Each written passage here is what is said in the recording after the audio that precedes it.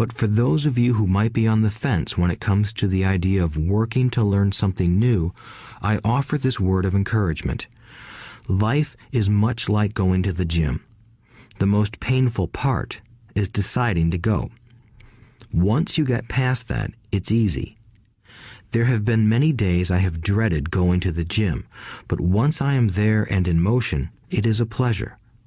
After the workout is over, I am always glad I talked myself into going. If you are unwilling to work to learn something new and instead insist on becoming highly specialized within your field, make sure the company you work for is unionized. Labor unions are designed to protect specialists. My educated dad, after falling from grace with the governor, became the head of the teachers' union in Hawaii. He told me that it was the hardest job he ever held. My rich dad, on the other hand, spent his life doing his best to keep his companies from becoming unionized. He was successful. Although the unions came close, Rich Dad was always able to fight them off. Personally, I take no sides because I can see the need for and the benefits of both sides. If you do as school recommends, become highly specialized, then seek union protection. For example, had I continued with my flying career, I would have sought a company that had a strong pilots union. Why? Because my life would be dedicated to learning a skill that was valuable in only one industry. If I were pushed out of that industry, my life's skills would not be as valuable to another industry.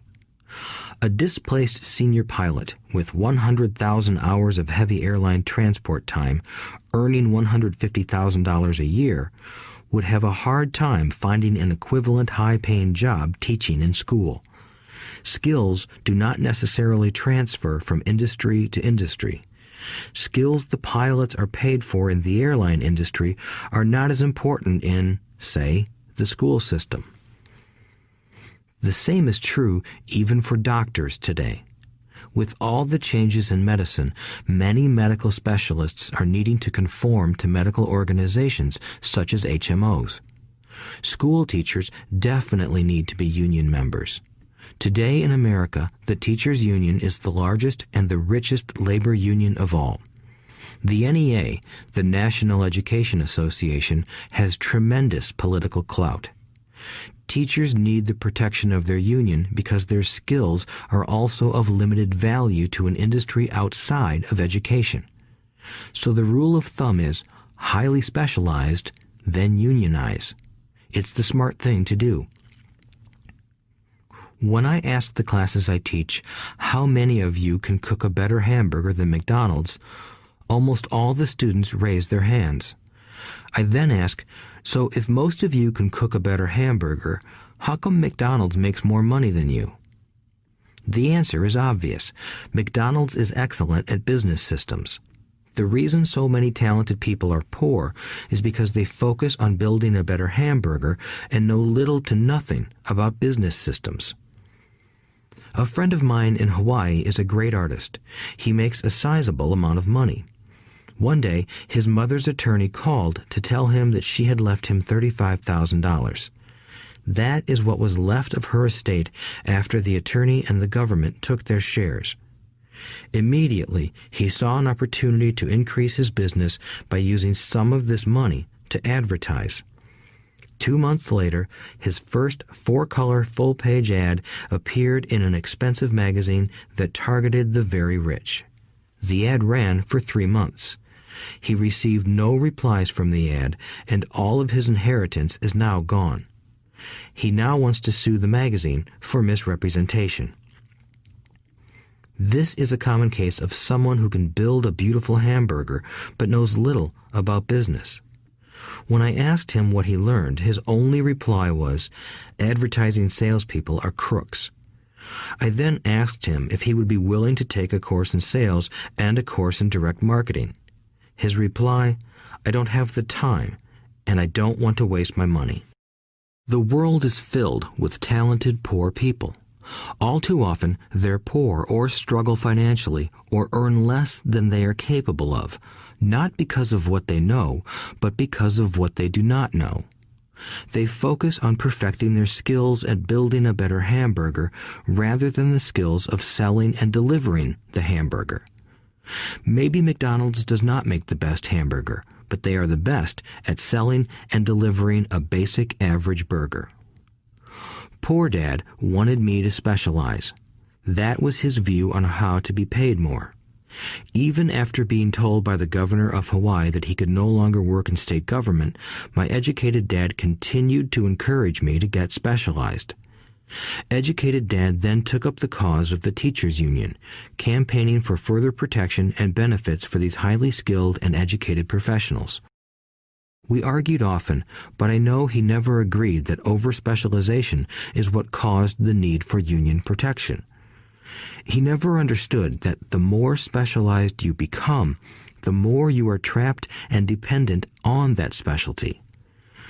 Rich Dad advised that Mike and I groom ourselves. Many corporations do the same thing. They find a young, bright student just out of business school and begin grooming that person to someday take over the company. So these bright young employees do not specialize in one department. They are moved from department to department to learn all the aspects of business systems. The rich often groom their children or the children of others. By doing so, their children gain an overall knowledge of the operations of the business and how the various departments interrelate. For the World War II generation, it was considered bad to skip from company to company. Today, it is considered smart. Since people will skip from company to company rather than seek greater specialization in skills, why not seek to learn more than to earn? In the short term, it may earn you less, but it will pay dividends in the long term. The main management skills needed for success are 1. Management of cash flow, 2. Management of systems, 3. Management of people. The most important specialized skills are sales and marketing.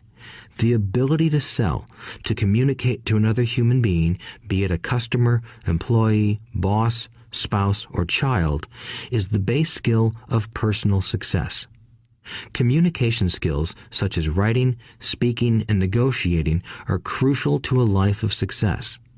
These are skills I work on constantly, attending courses or buying educational resources to expand my knowledge. As I have mentioned, my educated dad worked harder and harder the more competent he became. He also became more trapped the more specialized he got. Although his salary went up, his choices diminished. Soon after he was locked out of government work, he found out how vulnerable he really was professionally. It is like professional athletes who suddenly are injured or are too old to play. Their once high-paying position is gone, and they have limited skills to fall back on. I think that is why my educated dad sided so much with the unions after that. He realized how much a union would have benefited him. Rich Dad encouraged Mike and me to know a little about a lot. He encouraged us to work with people smarter than we were and to bring smart people together to work as a team. Today, it would be called a synergy of professional specialties. Today, I meet ex-school teachers earning hundreds of thousands of dollars a year. They earn that much because they have specialized skills in their field as well as other skills. They can teach as well as sell and market. I know of no other skills to be more important than selling and marketing. The skills of selling and marketing are difficult for most people, primarily due to their fear of rejection. The better you are at communicating, negotiating, and handling your fear of rejection, the easier life is.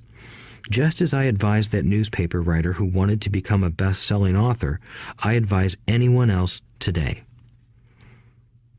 Being technically specialized has its strengths as well as its weaknesses.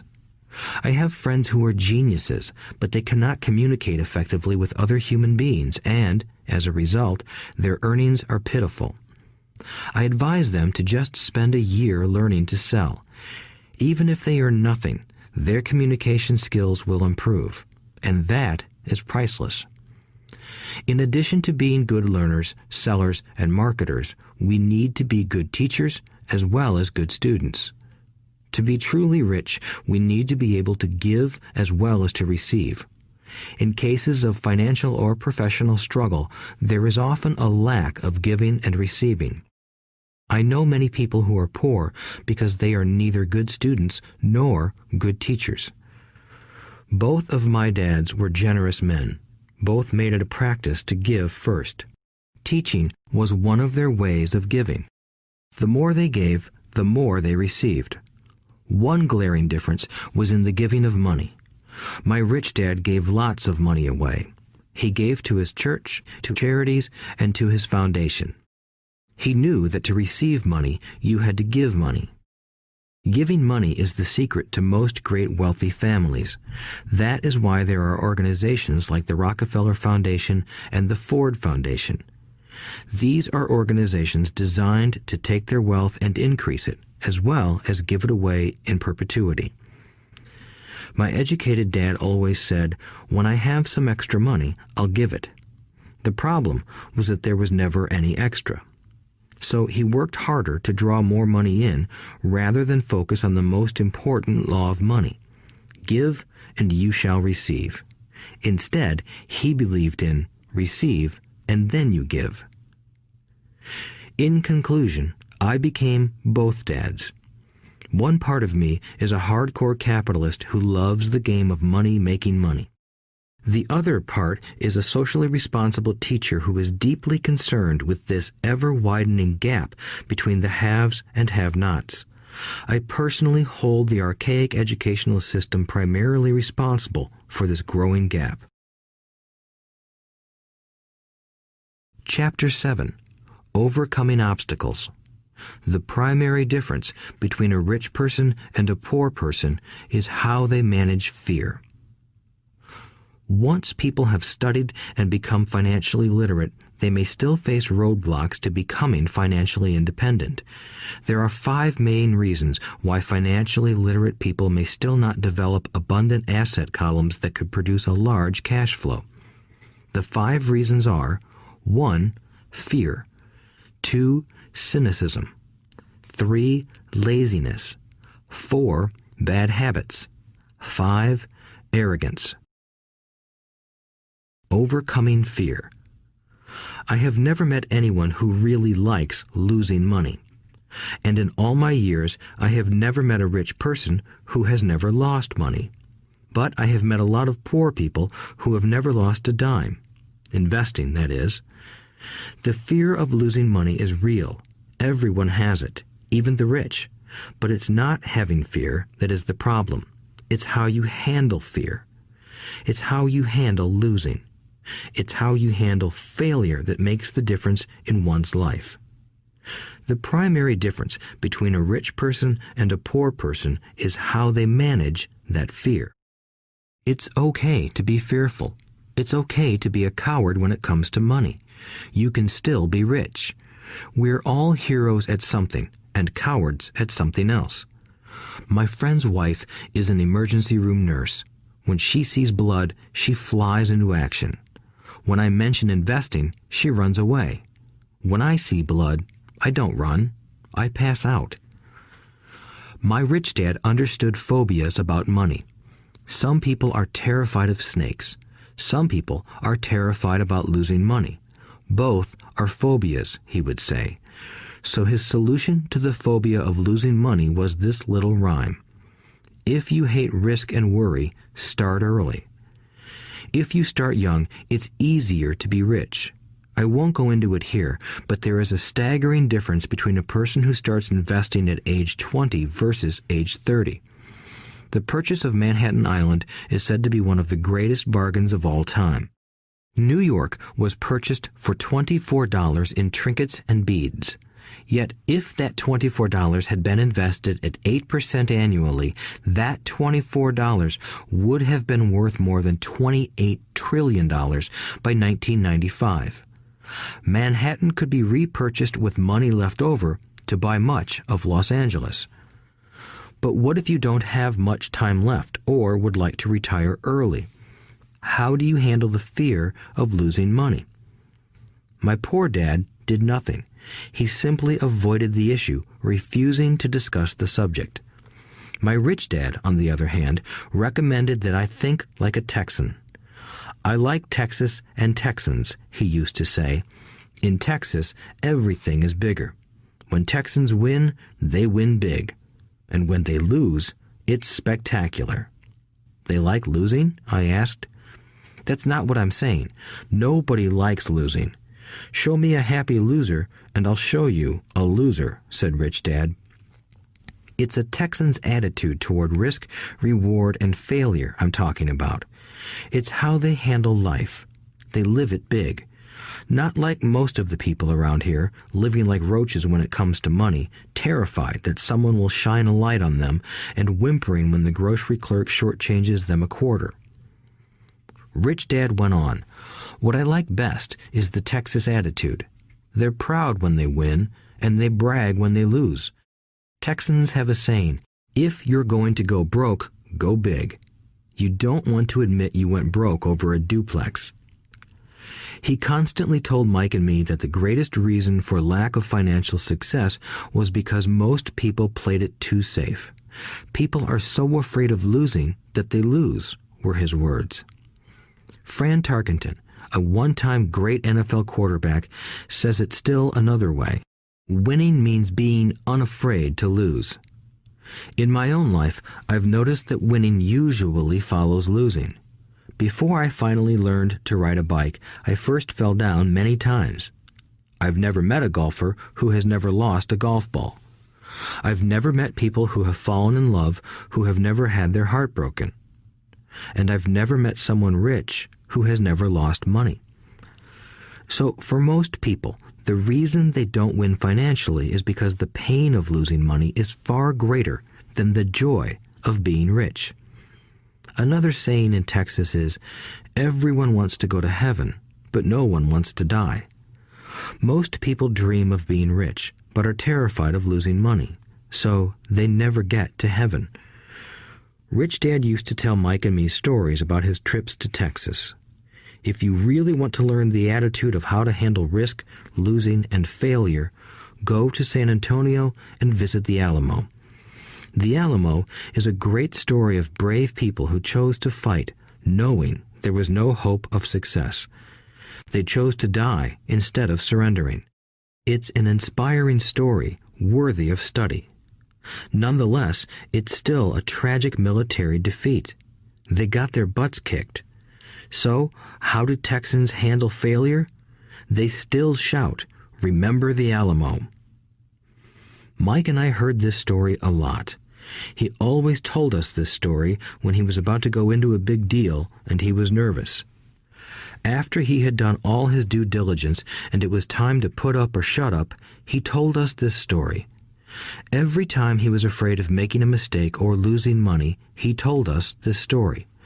It gave him strength, for it reminded him that he could always turn a financial loss into a financial win. Rich Dad knew that failure would only make him stronger and smarter. It's not that he wanted to lose. He just knew who he was and how he would take a loss. He would take a loss and make it a win. That's what made him a winner and others losers. It gave him the courage to cross the line when others backed out. "That's why I like Texans so much," he would say. "They took a great failure and turned it into inspiration, as well as a tourist destination that makes them millions." But probably his words that mean the most to me today are these.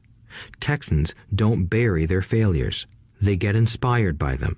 They take their failures and turn them into rallying cries. Failure inspires Texans to become winners. But that formula is not just the formula for Texans. It is the formula for all winners.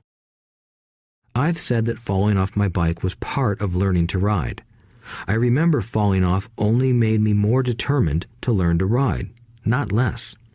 I also said that I have never met a golfer who has never lost a ball. For top professional golfers, losing a ball or a tournament provides the inspiration to be better, to practice harder, to study more. That's what makes them better.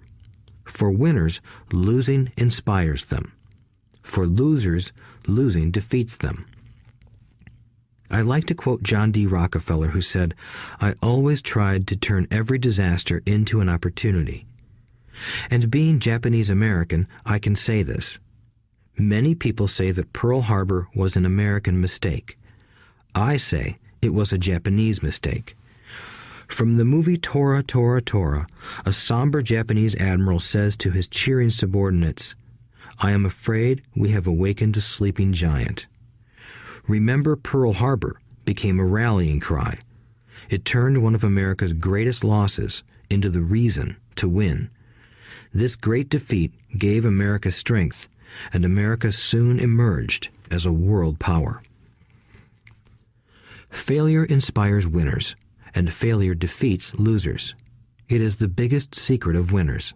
It's the secret that losers do not know. The greatest secret of winners is that failure inspires winning. Thus, they're not afraid of losing. Repeating Fran Tarkenton's quote, "Winning means being unafraid to lose." People like Fran Tarkenton are not afraid of losing because they know who they are. They hate losing, so they know that losing will only inspire them to become better.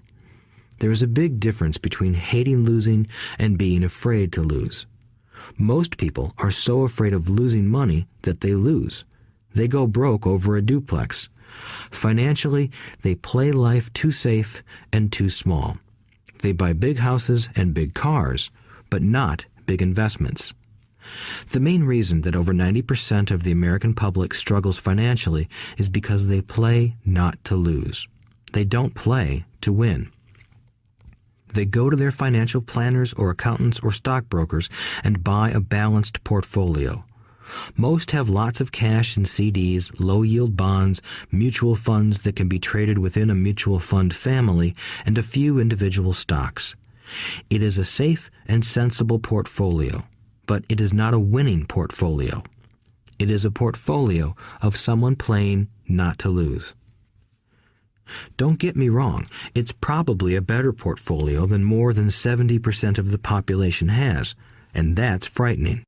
It's a great portfolio for someone who loves safety. But playing it safe and balanced on your investment portfolio is not the way successful investors play the game. If you have little money and you want to be rich, you must first be focused, not balanced. If you look at any successful person, at the start they were not balanced. Balanced people go nowhere. They stay in one spot. To make progress, you must first go unbalanced. Just look at how you make progress walking.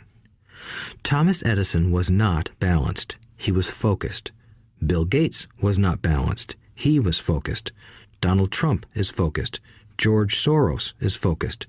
George Patton did not take his tanks wide. He focused them and blew through the weak spots in the German line. The French went wide with the Maginot Line, and you know what happened to them. If you have any desire to be rich, you must focus. Do not do what poor and middle-class people do, put their few eggs in many baskets. Put a lot of your eggs in a few baskets and focus. Follow one course until successful. If you hate losing, play it safe. If losing makes you weak, play it safe. Go with balanced investments. If you're over 25 years old and are terrified of taking risks, don't change. Play it safe, but start early. Start accumulating your nest egg early because it will take time. But if you have dreams of freedom, of getting out of the rat race, the first question to ask yourself is, how do I respond to failure? If failure inspires you to win, maybe you should go for it, but only maybe. If failure makes you weak or causes you to throw temper tantrums, like spoiled brats who call attorneys to file lawsuits every time something doesn't go their way, then play it safe. Keep your daytime job, or buy bonds or mutual funds. But remember, there is risk in those financial instruments also, even though they may appear safe. I say all this, mentioning Texas and Fran Tarkenton, because stacking the asset column is easy. It's really a low-aptitude game. It doesn't take much education. 5th grade math will do. But building your asset column is a game in which attitude plays a major role. It takes guts, patience, and a great attitude toward failure. Losers avoid failing, and failure turns losers into winners. Just remember the Alamo. Overcoming cynicism. The sky is falling. The sky is falling. Most of us know the story of Chicken Little, who ran around warning the barnyard of impending doom. We all know people who are that way. There's a Chicken Little inside each of us. As I stated earlier, the cynic is really a little chicken. We all get a little chicken when fear and doubt cloud our thoughts. All of us have doubts. I'm not smart. I'm not good enough. So-and-so is better than me. Our doubts often paralyze us. We play the what-if game. What if the economy crashes right after I invest? What if I lose control and I can't pay the money back? What if things don't go as I planned? Or we have friends or loved ones who will remind us of our shortcomings. They often say, "What makes you think you can do that? If it's such a good idea, how come someone else hasn't done it? That will never work. You don't know what you're talking about." These words of doubt often get so loud that we fail to act. A horrible feeling builds in our stomach. Sometimes we can't sleep. We fail to move forward. So we stay with what is safe, and opportunities pass us by. We watch life passing by as we sit immobilized with a cold knot in our body. We have all felt this at one time in our lives, some more than others. Peter Lynch of Fidelity Magellan Mutual Fund fame refers to warnings about the sky falling as noise, and we all hear it. Noise is either created inside our heads or comes from outside, often from friends, family, co-workers, and the media. Lynch recalls the time during the 1950s when the threat of nuclear war was so prevalent in the news that people began building fallout shelters and storing food and water. If they had invested that money wisely in the market, instead of building a fallout shelter, they'd probably be financially independent today. When violence breaks out in a city, gun sales go up all over the country. A person dies from rare hamburger meat in the state of Washington, and the Arizona Health Department orders restaurants to have all beef cooked well done. A drug company runs a TV commercial in February showing people catching the flu. Colds go up as well as sales of cold medicine. Most people are poor because when it comes to investing, the world is filled with Chicken Littles running around yelling, "The sky is falling, the sky is falling." And Chicken Littles are effective because every one of us is a little chicken.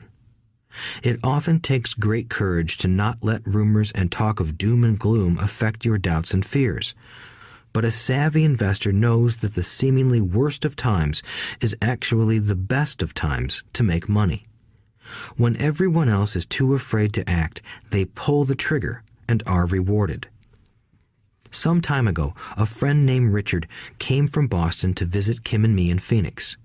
He was impressed with what we had done through stocks and real estate. The Phoenix real estate prices were depressed. We spent 2 days showing him what we thought were excellent opportunities for cash flow and capital appreciation. Kim and I are not real estate agents. We are strictly investors. After identifying a unit in a resort community, we called an agent who sold it to him that afternoon. The price was a mere $42,000 for a 2-bedroom townhome. Similar units were going for $65,000. He had found a bargain. Excited, he bought it and returned to Boston. 2 weeks later, the agent called to say that our friend had backed out. I called immediately to find out why. All he said was that he talked to his neighbor, and his neighbor told him it was a bad deal. He was paying too much. I asked Richard if his neighbor was an investor. Richard said he was not. When I asked why he listened to him, Richard got defensive and simply said he wanted to keep looking. The real estate market in Phoenix turned, and a few years later, that little unit was renting for $1,000 a month, $2,500 in the peak winter months. The unit was worth $95,000. All Richard had to put down was $5,000, and he would have had a start at getting out of the rat race. Today, he still has done nothing. Richard's backing out did not surprise me. It's called buyer's remorse, and it affects all of us. The little chicken won, and a chance at freedom was lost.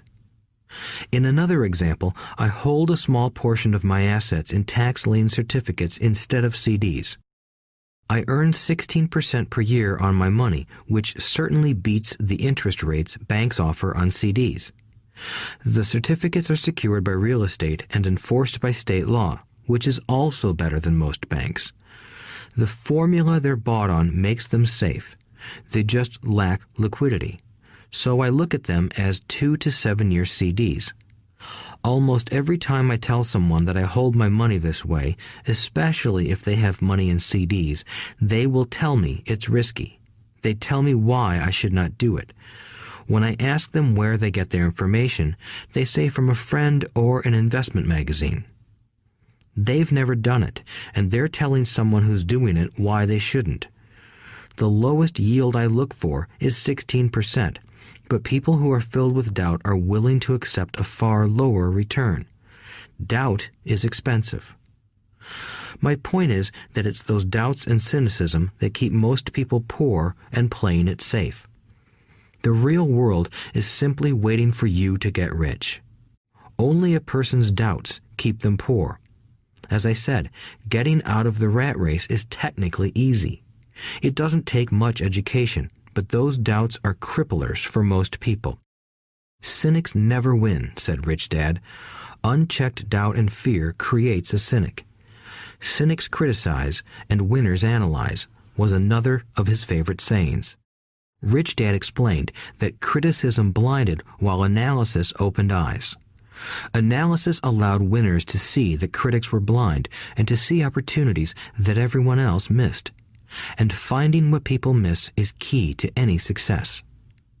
Real estate is a powerful investment tool for anyone seeking financial independence or freedom. It is a unique investment tool. Yet every time I mention real estate as a vehicle, I often hear, "I don't want to fix toilets." That's what Peter Lynch calls noise. That's what my rich dad would say is the cynic talking, someone who criticizes and does not analyze, someone who lets their doubts and fears close their mind instead of open their eyes. So when someone says, "I don't want to fix toilets, I want to fire back," what makes you think I want to? They're saying a toilet is more important than what they want. I talk about freedom from the rat race, and they focus on toilets. That is the thought pattern that keeps most people poor. They criticize instead of analyze. "I don't once hold the key to your success," Rich Dad would say, "because I, too, do not want to fix toilets. I shop hard for a property manager who does fix toilets. And by finding a great property manager who runs houses or apartments, well, my cash flow goes up. But more importantly, a great property manager allows me to buy a lot more real estate since I don't have to fix toilets. A great property manager is key to success in real estate. Finding a good manager is more important to me than the real estate. A great property manager often hears of great deals before real estate agents do, which makes them even more valuable." That is what Rich Dad meant by, "I don't once hold the key to your success." Because I do not want to fix toilets either, I figured out how to buy more real estate and expedite my getting out of the rat race. The people who continue to say, "I don't want to fix toilets," often deny themselves the use of this powerful investment vehicle. Toilets are more important than their freedom. In the stock market, I often hear people say, "I don't want to lose money." Well, what makes them think I or anyone else likes losing money? They don't make money because they choose to not lose money. Instead of analyzing, they close their minds to another powerful investment vehicle, the stock market. I was riding with a friend past our neighborhood gas station. He looked up and saw that the price of gas was going up and thus the price of oil. My friend is a worrywart, or a Chicken Little. To him, the sky is always going to fall, and it usually does, on him. When we got home, he showed me all the stats as to why the price of oil was going to go up over the next few years, statistics I had never seen before, even though I already owned substantial shares of an existing oil company. With that information, I immediately began looking for and found a new undervalued oil company that was about to find some oil deposits. My broker was excited about this new company, and I bought 15,000 shares for 65 cents per share. 3 months later, this same friend and I drove by the same gas station, and sure enough, the price per gallon had gone up nearly 15%. Again, the Chicken Little worried and complained. I smiled, because a month earlier, that little oil company hit oil, and those 15,000 shares went up to more than $3 per share since he had first given me the tip. And the price of gas will continue to go up if what my friend says is true. If most people understood how a stop worked in stock market investing, there would be more people investing to win instead of investing not to lose. A stop is simply a computer command that sells your stock automatically if the price begins to drop, helping to minimize your losses and maximize some gains. It's a great tool for those who are terrified of losing. So whenever I hear people focusing on their I don't wants rather than what they do want, I know the noise in their head must be loud. Chicken Little has taken over their brain and is yelling, "The sky is falling and toilets are breaking." So they avoid their don't wants, but they pay a huge price. They may never get what they want in life. Instead of analyzing, their inner Chicken Little closes their mind. Rich Dad gave me a way of looking at Chicken Little. Just do what Colonel Sanders did. At the age of 66, he lost his business and began to live on his Social Security check. It wasn't enough. He went around the country selling his recipe for fried chicken. He was turned down 1,009 times before someone said yes, and he went on to become a multimillionaire at an age when most people are quitting. He was a brave and tenacious man, Rich Dad said of Harlan Sanders. So when you're in doubt and feeling a little afraid, just do what Colonel Sanders did to his little chicken. He fried it. Overcoming laziness. Busy people are often the most lazy. We have all heard stories of a businessman who works hard to earn money. He works hard to be a good provider for his wife and children. He spends long hours at the office and brings work home on weekends. One day he comes home to an empty house. His wife has left with the kids. He knew he and his wife had problems, but rather than work to make the relationship strong, he stayed busy at work. Dismayed, his performance at work slips and he loses his job. Today, I often meet people who are too busy to take care of their wealth, and there are people too busy to take care of their health. The cause is the same. They're busy, and they stay busy as a way of avoiding something they do not want to face. Nobody has to tell them. Deep down, they know. In fact, if you remind them, they often respond with anger or irritation. If they aren't busy at work or with the kids, they're often busy watching TV, fishing, playing golf, or shopping. Yet deep down, they know they are avoiding something important. That's the most common form of laziness. Laziness by staying busy. So what is the cure for laziness? The answer is a little greed. For many of us, we were raised thinking of greed or desire as bad. Greedy people are bad people, my mom used to say, yet we all have inside of us this yearning to have nice, new, or exciting things. So to keep that emotion of desire under control, often parents find ways of suppressing that desire with guilt. You only think about yourself. Don't you know you have brothers and sisters? Was one of my mom's favorites. You want me to buy you what? Was a favorite of my dad. Do you think we're made of money? Do you think money grows on trees? We're not rich people, you know. It wasn't so much the words, but the angry guilt trip that went with the words that got to me. Or the reverse guilt trip was the I'm sacrificing my life to buy this for you. I'm buying this for you because I never had this advantage when I was a kid. I have a neighbor who is stone broke but can't park his car in his garage. The garage is filled with toys for his kids. Those spoiled brats get everything they ask for. I don't want them to know the feeling of want are his everyday words. He has nothing set aside for their college or his retirement, but his kids have every toy ever made. He recently got a new credit card in the mail and took his kids to visit Las Vegas. I'm doing it for the kids, he said with great sacrifice. Rich Dad forbade the words, I can't afford it. In my real home, that's all I heard. Instead, Rich Dad required his children to say, how can I afford it? He believed that the words, I can't afford it, shut down your brain. It didn't have to think anymore. How can I afford it opened up the brain and forced it to think and search for answers. But most importantly, he felt the words, I can't afford it, were a lie, and the human spirit knows it. The human spirit is very, very powerful, he would say. It knows it can do anything. By having a lazy mind that says, I can't afford it, a war breaks out inside you. Your spirit is angry, and your lazy mind must defend its lie. The spirit is screaming, come on, let's go to the gym and work out. And the lazy mind says, but I'm tired, I worked really hard today.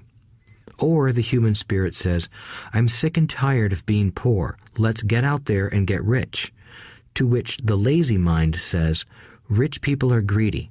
Besides, it's too much bother. It's not safe. I might lose money. I'm working hard enough as it is. I've got too much to do at work anyway. Look at what I have to do tonight. My boss wants it finished by morning. I can't afford it also causes sadness, a helplessness that leads to despondency and often depression. How can I afford it opens up possibilities, excitement, and dreams. So Rich Dad was not so concerned about what we wanted to buy as long as we understood that how can I afford it creates a stronger mind and a dynamic spirit. Thus, he rarely gave Mike or me anything. He would instead ask, how can you afford it? And that included college, which we paid for ourselves. It was not the goal, but the process of attaining the goal that he wanted us to learn. The problem I see today is that there are millions of people who feel guilty about their desire or their greed. It's old conditioning from their childhood. While they desire to have the finer things that life offers, most have been conditioned subconsciously to say, I can't have that, or I'll never be able to afford that. When I decided to exit the rat race, it was simply a question of how can I afford to never work again?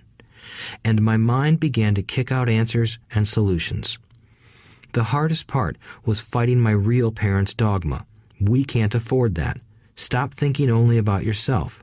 Why don't you think about others? And other similar sentiments designed to instill guilt to suppress my greed. So, how do you beat laziness? Once again, the answer is a little greed. It's that radio station WIIFM, which stands for What's in it for me? A person needs to sit down and ask, what would my life be like if I never had to work again? What would I do if I had all the money I needed?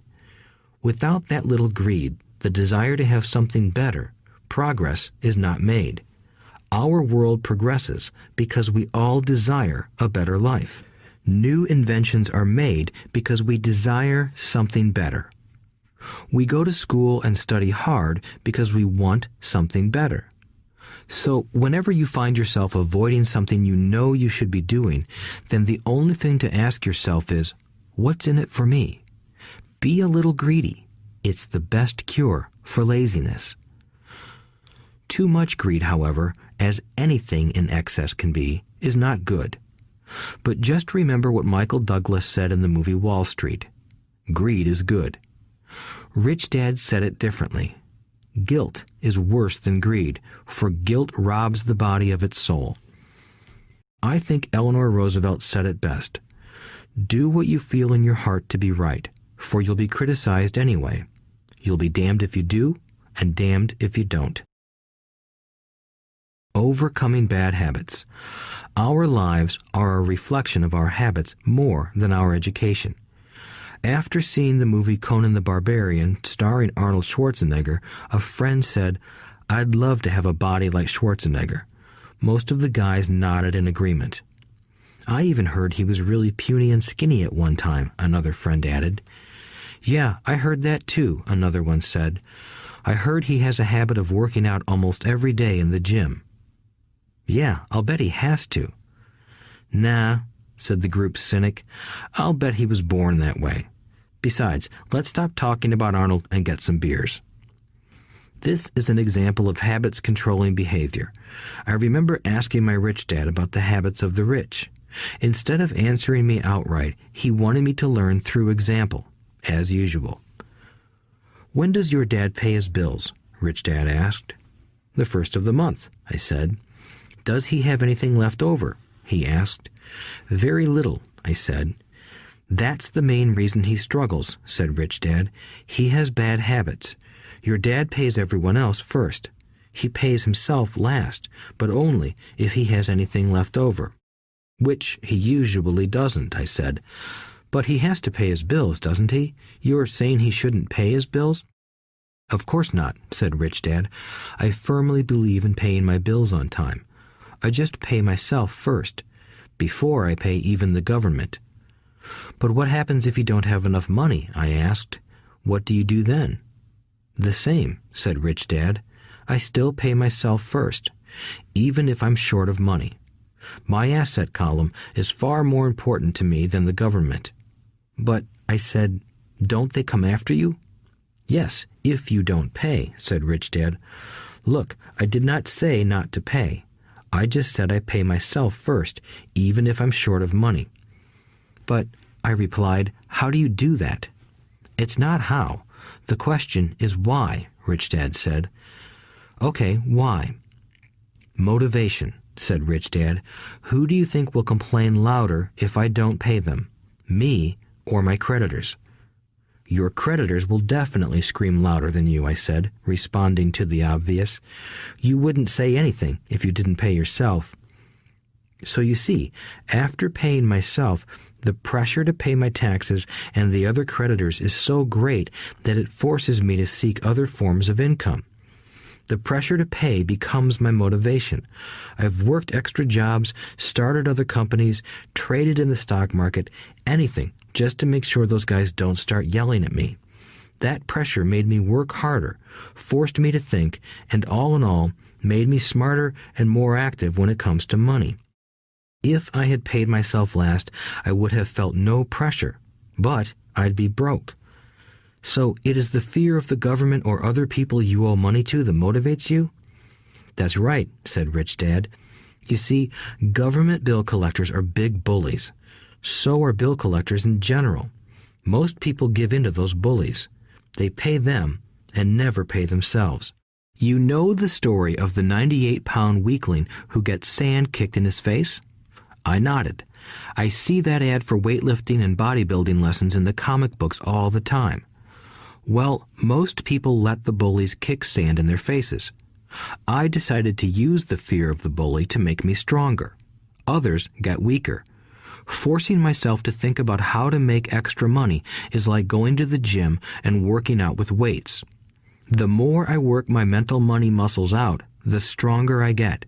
Now I'm not afraid of those bullies. I liked what Rich Dad was saying, so if I pay myself first, I get financially stronger mentally and fiscally.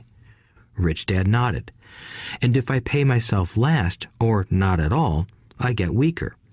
So people like bosses, managers, tax collectors, bill collectors, and landlords push me around all my life just because I don't have good money habits. Rich Dad nodded, just like the 98-pound weakling. Overcoming arrogance. What I know makes me money. What I don't know loses me money. Every time I have been arrogant, I have lost money. Because when I'm arrogant, I truly believe that what I don't know is not important, Rich Dad would often tell me. I have found that many people use arrogance to try to hide their own ignorance. It often happens when I am discussing financial statements with accountants or even other investors. They try to bluster their way through the discussion. It is clear to me that they don't know what they're talking about. They're not lying, but they are not telling the truth. There are many people in the world of money, finances, and investments who have absolutely no idea what they're talking about. Most people in the money industry are just spouting off sales pitches like used car salesmen. When you know you are ignorant in a subject, start educating yourself by finding an expert in the field or a book on the subject. Chapter 8. Getting Started. There is gold everywhere. Most people are not trained to see it. I wish I could say acquiring wealth was easy for me, but it wasn't. So in response to the question, how do I start, I offer the thought process I go through on a day-to-day basis. It really is easy to find great deals. I promise you that. It's just like riding a bike. After a little wobbling, it's a piece of cake. But when it comes to money, it takes determination to get through the wobbling. That's a personal thing. To find million-dollar deals of a lifetime requires us to call on our financial genius. I believe that each of us has a financial genius within us. The problem is that our financial genius lies asleep, waiting to be called upon. It lies asleep because our culture has educated us into believing that the love of money is the root of all evil. It has encouraged us to learn a profession so we can work for money, but failed to teach us how to have money work for us. It taught us not to worry about our financial future because our company or the government would take care of us when our working days are over. However, it is our children, educated in the same school system, who will end up paying for this absence of financial education. The message is still to work hard, earn money, and spend it. And when we run short, we can always borrow more. Unfortunately, 90% of the Western world subscribes to the above dogma, simply because it's easier to find a job and work for money. If you are not one of the masses, I offer you the following 10 steps to awaken your financial genius. I simply offer you the steps I have personally followed. If you want to follow some of them, great. If you don't, make up your own. Your financial genius is smart enough to develop its own list. While in Peru, I asked a gold miner of 45 years how he was so confident about finding a gold mine. He replied, "There is gold everywhere. Most people are not trained to see it." And I would say that is true. In real estate, I can go out and in a day come up with 4 or 5 great potential deals, while the average person will go out and find nothing, even looking in the same neighborhood. The reason is that they have not taken the time to develop their financial genius.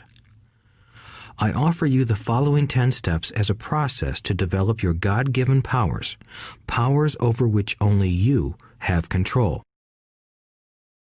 1. Find a reason greater than reality, the power of spirit.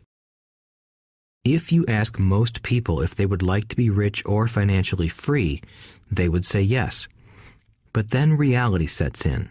The road seems too long with too many hills to climb. It's easier to just work for money and hand the excess over to your broker. I once met a young woman who had dreams of swimming for the U.S. Olympic team. The reality was that she had to get up every morning at 4 o'clock to swim for 3 hours before going to school. She did not party with her friends on Saturday night. She had to study and keep her grades up, just like everyone else. When I asked her what fueled her superhuman ambition and sacrifice, she simply said, "I do it for myself and the people I love. It's love that gets me over the hurdles and sacrifices." A reason or a purpose is a combination of wants and don't wants. When people ask me what my reason for wanting to be rich is, I tell them that it is a combination of deep emotional wants and don't wants. I will list a few. First, the don't wants, for they create the wants. I don't want to work all my life. I don't want what my parents aspired for, which was job security and a house in the suburbs. I don't like being an employee. I hated that my dad always missed my football games because he was so busy working on his career. I hated it when my dad worked hard all his life and the government took most of what he worked for at his death. He could not even pass on what he worked so hard for when he died. The rich don't do that. They work hard and pass it on to their children. Now, the wants. I want to be free to travel the world and live in the lifestyle I love. I want to be young when I do this. I want to simply be free. I want control over my time and my life. I want money to work for me. Those are my deep-seated emotional reasons. What are yours? If they are not strong enough, then the reality of the road ahead may be greater than your reasons. I have lost money and been set back many times, but it was the deep emotional reasons that kept me standing up and going forward. I wanted to be free by age 40, but it took me until I was 47, with many learning experiences along the way. As I said, I wish I could say it was easy. It wasn't, but it wasn't that hard either. I've learned that without a strong reason or purpose, anything in life is hard. If you do not have a strong reason, there is no sense listening further. It will sound like too much work. 2. Make daily choices. The power of choice. Choice is the main reason people want to live in a free country.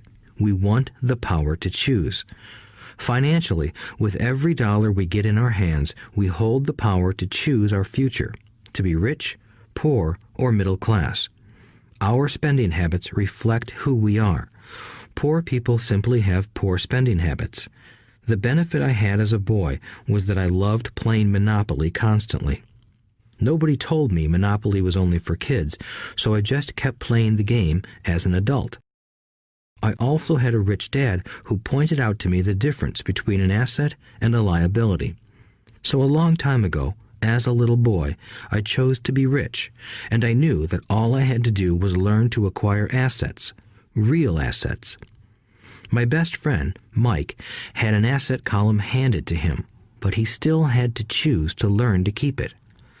Many rich families lose their assets in the next generation simply because there was no one trained to be a good steward over their assets.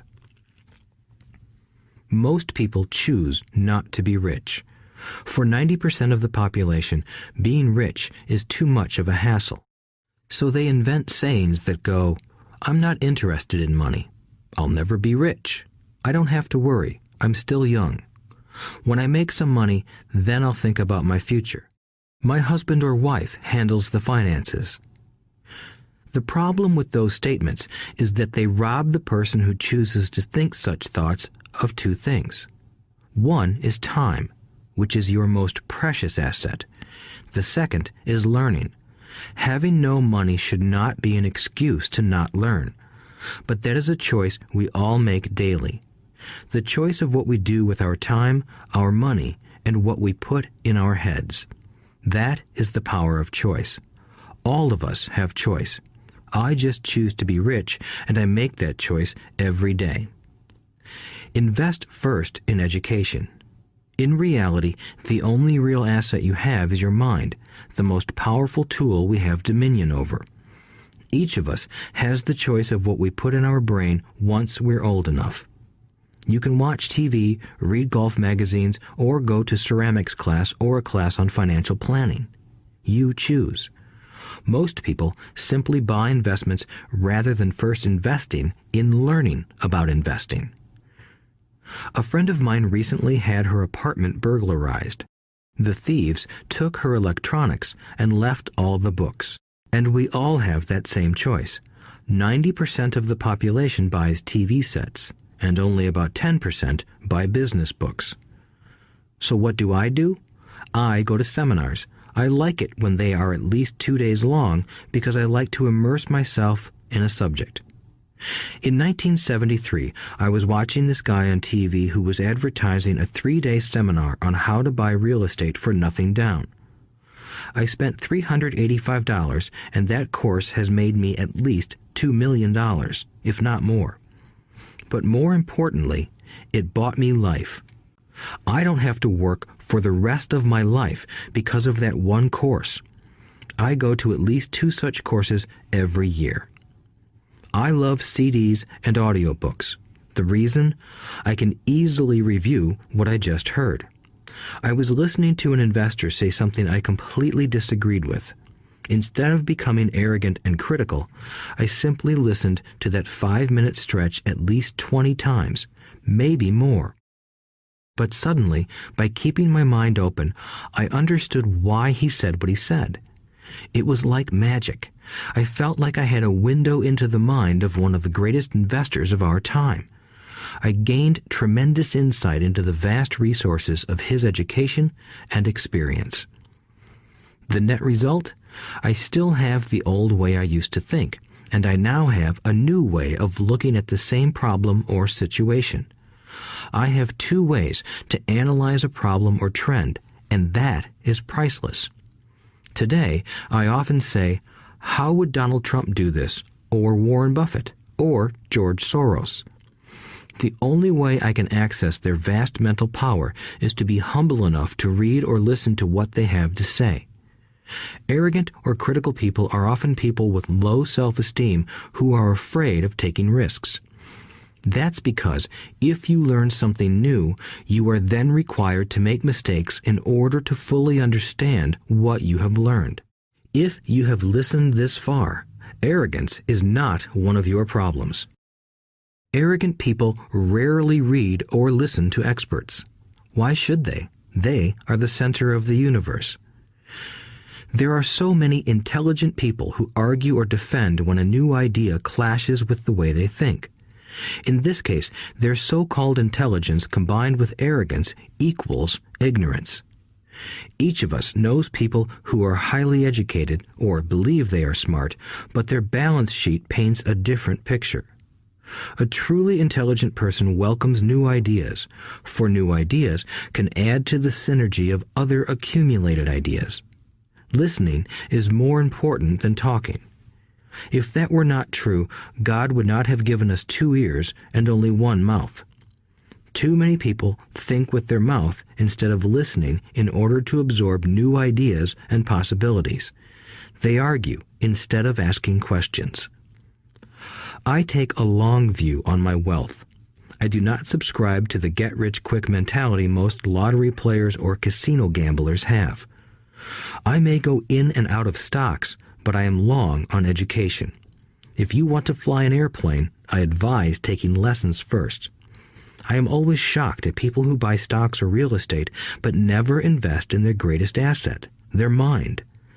Just because you bought a house or 2 does not make you an expert at real estate. 3. Choose friends carefully. The power of association. First of all, I do not choose my friends by their financial statements. I have friends who have actually taken a vow of poverty, as well as friends who earn millions every year. The point is that I learn from all of them. Now, I will admit that there are people I have actually sought out because they had money. But I was not after their money. I was seeking their knowledge. In some cases, these people who had money have become dear friends. I've noticed that my friends with money talk about money. They don't do it to brag. They're interested in the subject. So I learn from them, and they learn from me. My friends who are in dire financial straits do not like talking about money, business, or investing. They often think it rude or unintellectual. So I also learn from my friends who struggle financially. I find out what not to do. I have several friends who have generated over $1 billion in their short lifetimes. The 3 of them report the same phenomenon. Their friends who have no money have never come to them to ask them how they did it, but they do come asking for one of 2 things, or both: a loan, or a job. Warning: don't listen to poor or frightened people. I have such friends, and while I love them dearly, they are the Chicken Littles of life. To them, when it comes to money, especially investments, it's always, the sky is falling, the sky is falling. They can always tell you why something won't work. The problem is that people listen to them. But people who blindly accept doom and gloom information are also Chicken Littles. As that old saying goes, birds of a feather flock together. If you watch business channels on TV, they often have a panel of so-called experts. One expert will say the market is going to crash, and the other will say it's going to boom. If you're smart, you listen to both. Keep your mind open, because both have valid points. Unfortunately, most poor people listen to Chicken Little. I have had many close friends try to talk me out of a deal or an investment. Not long ago, a friend told me he was excited because he found a 6% certificate of deposit. I told him I earned 16% from the state government. The next day, he sent me an article about why my investment was dangerous. I have received 16% for years now, and he still receives 6%. I would say that one of the hardest things about wealth building is to be true to yourself and to be willing to not go along with the crowd. This is because, in the market, it is usually the crowd that shows up late that is slaughtered. If a great deal is on the front page, it's too late in most instances. Look for a new deal. As we used to say as surfers, there is always another wave. People who hurry and catch a wave late usually are the ones who wipe out. Smart investors don't time the markets. If they miss a wave, they search for the next one and get themselves in position. This is hard for most investors because buying what is not popular is frightening. Timid investors are like sheep going along with the crowd. Or their greed gets them in when wise investors have already taken their profits and moved on. Wise investors buy an investment when it's not popular. They know their profits are made when they buy, not when they sell. They wait patiently. As I said, they do not time the market. Just like a surfer, they get in position for the next big swell. It's all insider trading. There are forms of insider trading that are illegal, and there are forms of insider trading that are legal. But either way, it's insider trading. The only distinction is, how far away from the inside are you? The reason you want to have rich friends is because that is where the money is made. It's made on information. You want to hear about the next boom, get in and get out before the next bust. I'm not saying do it illegally, but the sooner you know, the better your chances are for profits with minimal risk. That is what friends are for, and that is financial intelligence. 4. Master a formula and then learn a new one. The power of learning quickly. In order to make bread, every baker follows a recipe, even if it's only held in their head. The same is true for making money. Most of us have heard the saying, "You are what you eat." I have a different slant. I say, you become what you study. In other words, be careful what you learn, because your mind is so powerful that you become what you put in your head. For example, if you study cooking, you then tend to cook.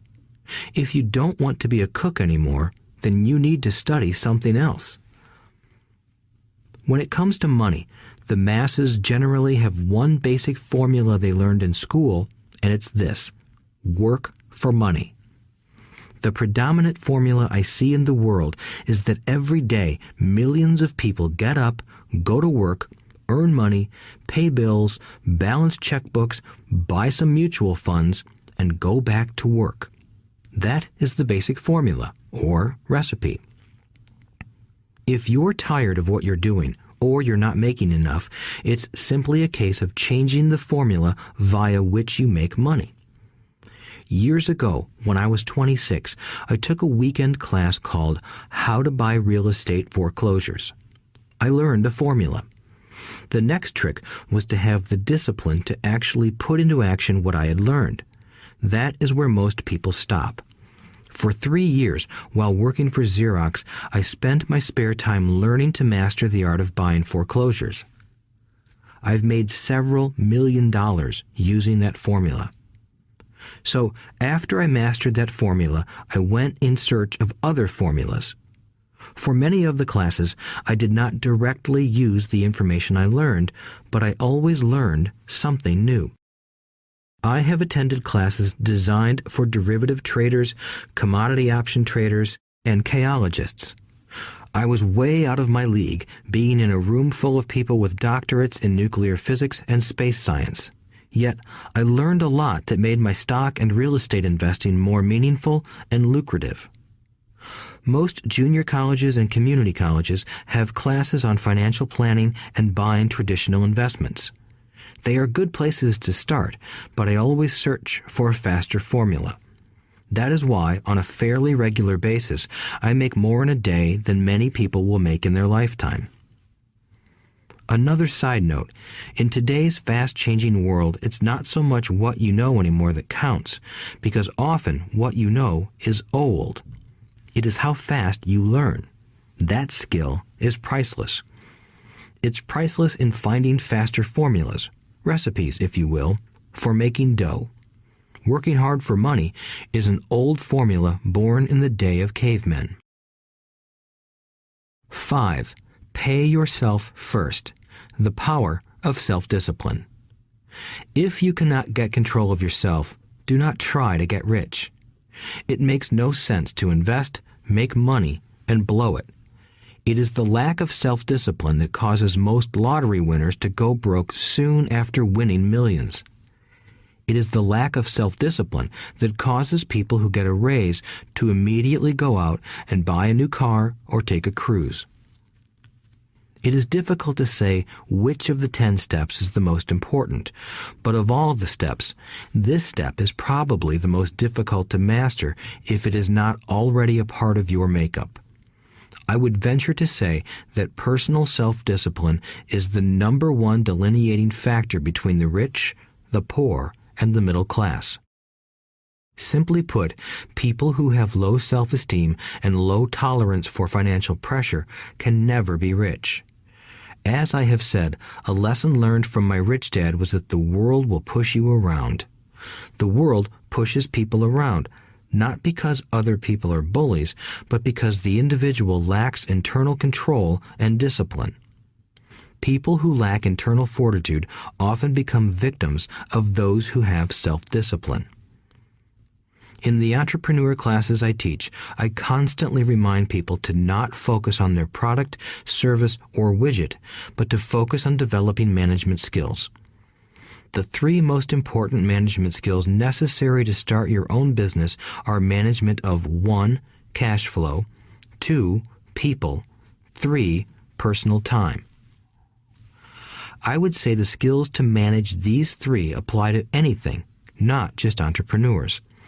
The 3 matter in the way you live your life as an individual or as part of a family, a business, a charitable organization, a city, or a nation. Each of these skills is enhanced by the mastery of self-discipline. I do not take the saying, "pay yourself first," lightly. The statement, "pay yourself first," comes from George Clayson's book, The Richest Man in Babylon. Millions of copies have been sold. But while millions of people freely repeat that powerful statement, few follow the advice. As I said, financial literacy allows one to read numbers, and numbers tell the story. By looking at a person's income statement and balance sheet, I can readily see if people who spout the words, "pay yourself first," actually practice what they preach. In reality, each month, many allocate money to their asset column before they pay their monthly expenses. Although millions of people have read Clayson's book and understand the words, "pay yourself first," in reality, they pay themselves last. Now, I can hear the howls from those of you who sincerely believe in paying your bills first. and I can hear all the responsible people who pay their bills on time. I am not saying be irresponsible and not pay your bills. All I am saying is do what the book says, which is pay yourself first. If you can truly begin to understand the power of cash flow, you will soon realize why 90% of people work hard all their lives and need government support like Social Security when they are no longer able to work. Kim and I have had many bookkeepers, accountants, and bankers who have had a major problem with this way of looking at pay yourself first. The reason is that these financial professionals actually do what the masses do. They pay themselves last. There have been times in my life when, for whatever reason, cash flow was far less than my bills. I still paid myself first. My accountant and bookkeeper screamed in panic. They're going to come after you. The IRS is going to put you in jail. You're going to ruin your credit rating. They'll cut off the electricity. I still paid myself first. Why, you ask? Because that's what the story, The Richest Man in Babylon, was all about. The power of self-discipline and the power of internal fortitude.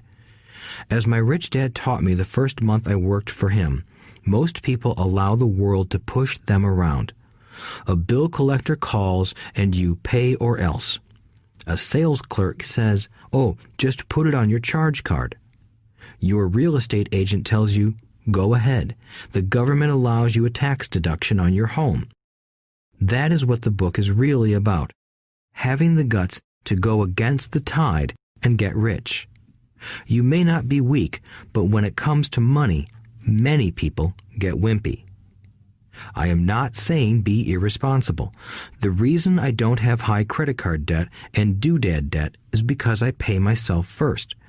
The reason I minimize my income is because I don't want to pay it to the government. That is why my income comes from my asset column through a Nevada corporation. If I work for money, the government takes it.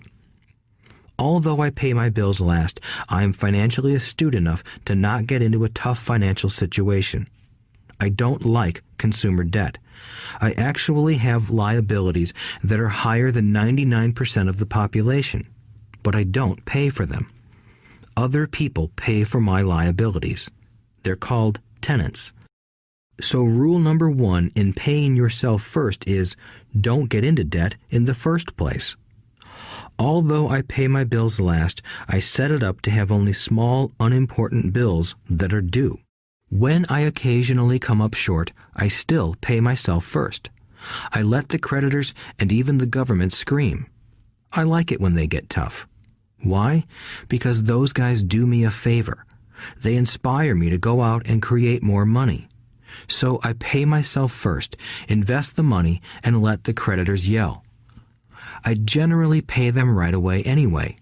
Kim and I have excellent credit. We just don't cave into pressure and spend our savings or liquidate stocks to pay for consumer debt. That is not too financially intelligent. To successfully pay yourself first, keep the following in mind. 1. Don't get into large debt positions that you have to pay for. Keep your expenses low. Build up assets first. Then buy the big house or nice car. Being stuck in the rat race is not intelligent. 2. When you come up short, let the pressure build and don't dip into your savings or investments. Use the pressure to inspire your financial genius to come up with new ways of making more money and then pay your bills. You will have increased your ability to make more money as well as your financial intelligence. So many times I have gotten into financial hot water and used my brain to create more income while staunchly defending the assets in my asset column. My bookkeeper has screamed and dived for cover, but I was like a good soldier defending the fort. Fort assets.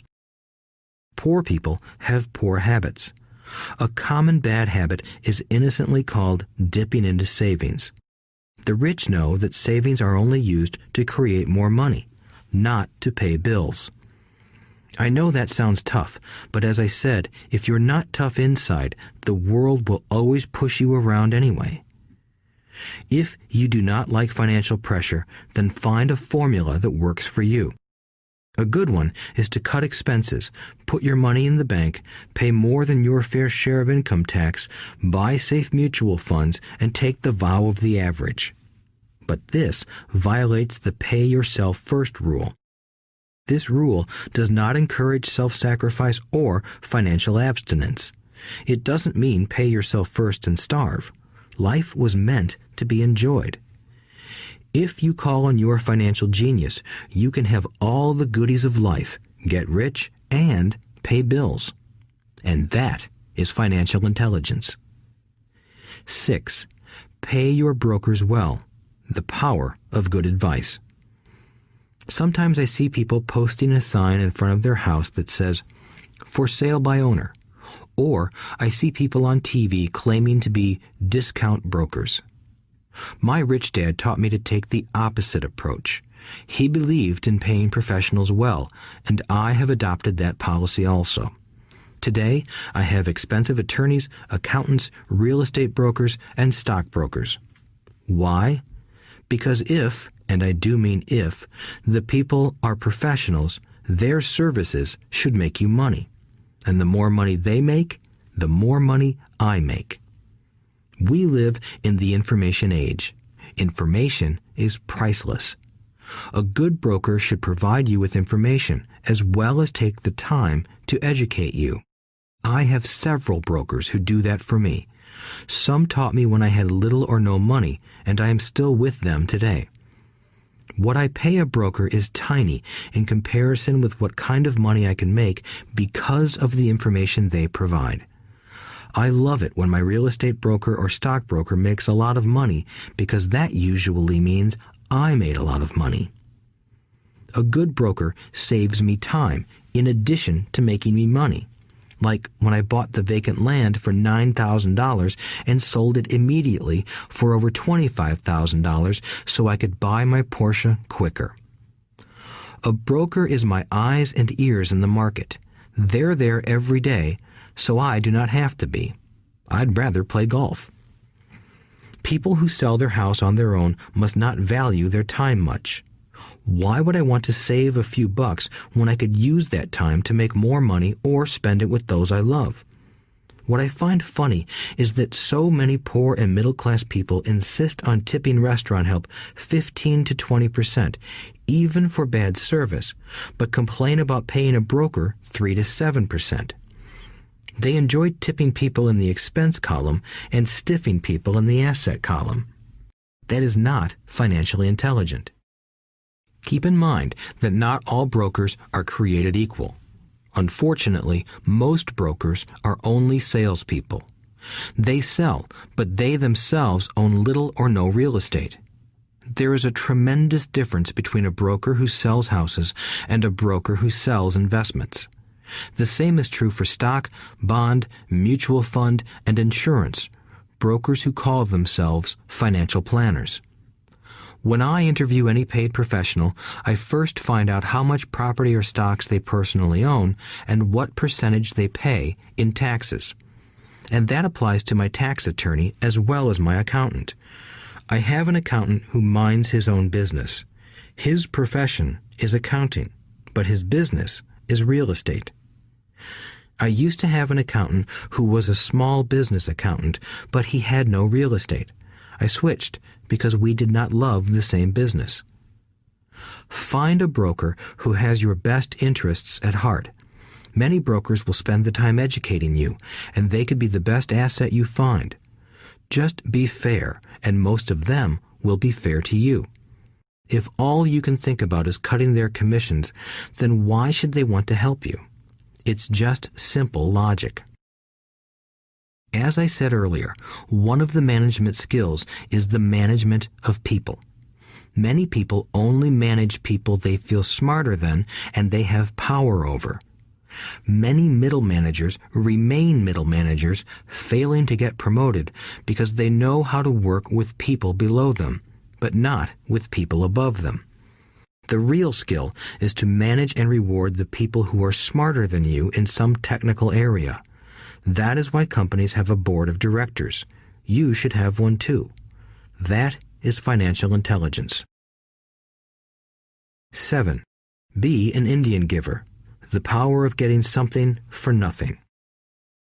When the first European settlers came to America, they were taken aback by a cultural practice some American Indians had.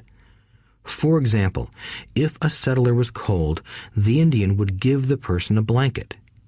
Mistaking it for a gift, the settler was often offended when the Indian asked for it back.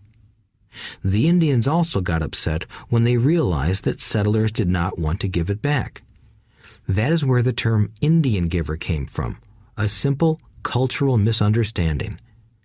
In the world of the asset column, being an Indian giver is vital to wealth. The sophisticated investor's first question is, how fast do I get my money back? They also want to know what they get for free, also called a piece of the action. That is why the ROI, or return on investment, is so important. For example, I found a small condominium that was in foreclosure a few blocks from where I lived. The bank wanted $60,000 and I submitted a bid for $50,000, which they took simply because, along with my bid, was a cashier's check for $50,000. They realized I was serious. Most investors would say, "Aren't you tying up a lot of cash? Would it not be better to get a loan on it?" The answer is, not in this case. My investment company uses this condominium as a vacation rental in the winter months when the snowbirds come to Arizona. It rents for $2,500 a month for 4 months out of the year. For rental during the off-season, it rents for only $1,000 a month. I had my money back in about 3 years. Now I own this asset, which pumps money out for me, month in and month out. The same is done with stocks. Frequently, my broker calls and recommends I move a sizable amount of money into the stock of a company that he feels is just about to make a move that will add value to the stock, like announcing a new product. I will move my money in for a week to a month while the stock moves up. Then I pull my initial dollar amount out and stop worrying about the fluctuations of the market because my initial money is back and ready to work on another asset. So my money goes in, and then it comes out, and I own an asset that was technically free. True, I have lost money on many occasions, but I only play with money I can afford to lose. I would say, on an average 10 investments, I hit home runs on 2 or 3, while 5 or 6 do nothing, and I lose on 2 or 3. But I limit my losses to only the money I have in at that time. People who hate risk put their money in the bank. In the long run, safe savings are better than no savings. But it takes a long time to get your money back, and, in most instances, you don't get anything for free with it. On every one of my investments, there must be an upside, something for free, like a condominium, a mini storage, a piece of free land, a house, stock shares, or an office building. And there must be limited risk, or a low-risk idea. There are books devoted entirely to this subject, so I will not talk about it here. Ray Kroc, of McDonald's fame, sold hamburger franchises, not because he loved hamburgers, but because he wanted the real estate under the franchise for free. So wise investors must look at more than ROI. They look at the assets they get for free once they get their money back. That is financial intelligence. 8. Use assets to buy luxuries. The power of focus. A friend's child has been developing a nasty habit of burning a hole in his pocket. Just 16, he wanted his own car. The excuse? All his friends' parents gave their kids cars. The child wanted to go into his savings and use it for a down payment. That was when his father called me and then came to see me. Do you think I should let him do it, or should I just buy him a car? I answered, it might relieve the pressure in the short term, but what have you taught him in the long term? Can you use this desire to own a car and inspire your son to learn something? Suddenly, the lights went on and he hurried home. 2 months later, I ran into my friend again. Does your son have his new car? I asked. No, he doesn't. But I gave him $3,000 for the car. I told him to use my money instead of his college money. Well, that's generous of you, I said. Not really. The money came with a hitch. So what was the hitch? I asked. Well, first we played your cash flow game. We then had a long discussion about the wise use of money. After that, I gave him a subscription to the Wall Street Journal and a few books on the stock market. Then what? I asked. What was the catch? I told him that $3,000 was his, but he could not directly buy a car with it. He could use it to find a stockbroker and buy and sell stocks. Once he had made $6,000 with the $3,000, the money would be his for the car, and the $3,000 would go into his college fund. And what are the results? I asked. Well, he got lucky early in his trading, but lost everything a few days later. Then he really got interested. Today, I would say he is down $2,000, but his interest is up. He has read all the books I bought him, and he's gone to the library to get more. He reads the Wall Street Journal voraciously, watching for indicators. He's only got $1,000 left, but his interest and learning are sky high. He knows that if he loses that money, he walks for 2 more years. But he does not seem to care.